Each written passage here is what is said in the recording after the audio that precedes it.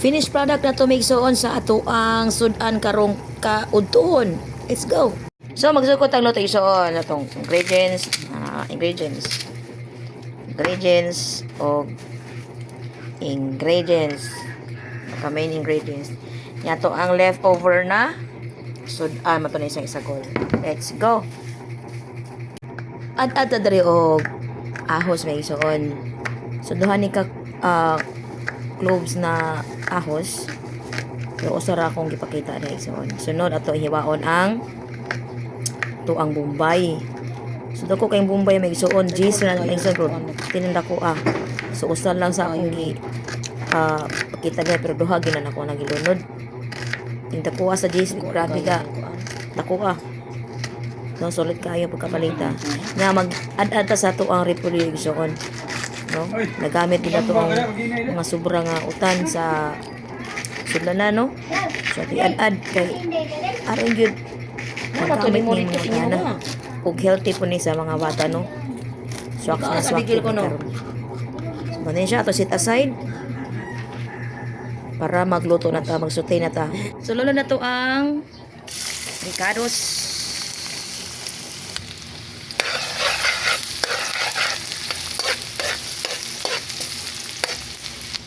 Doon na to ang atong leftover nga sudan. So atong payon.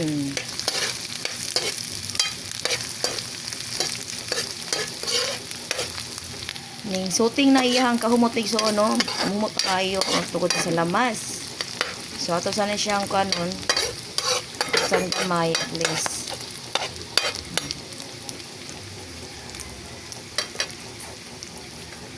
Tangan tog duha ka baso.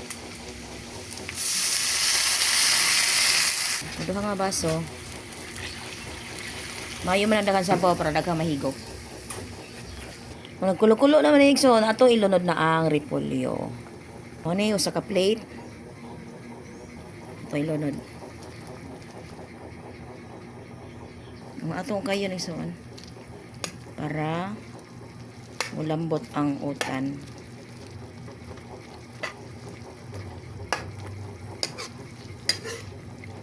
So kani mo mga leftover na mga sudan, di lagi ni masayang kay may mga pamaagi nga imuhang makuan. So ato lang ni pabukot na tanga mo bukal ni. Kana to pang palasa ni soon. Ibod-bod.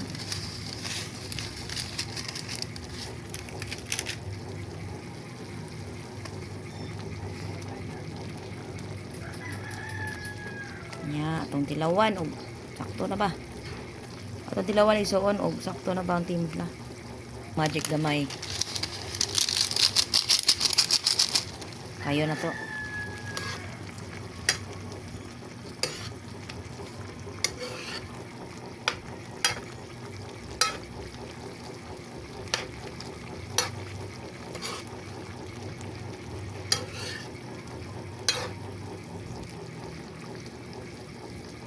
Mao na itong finished product may isoon.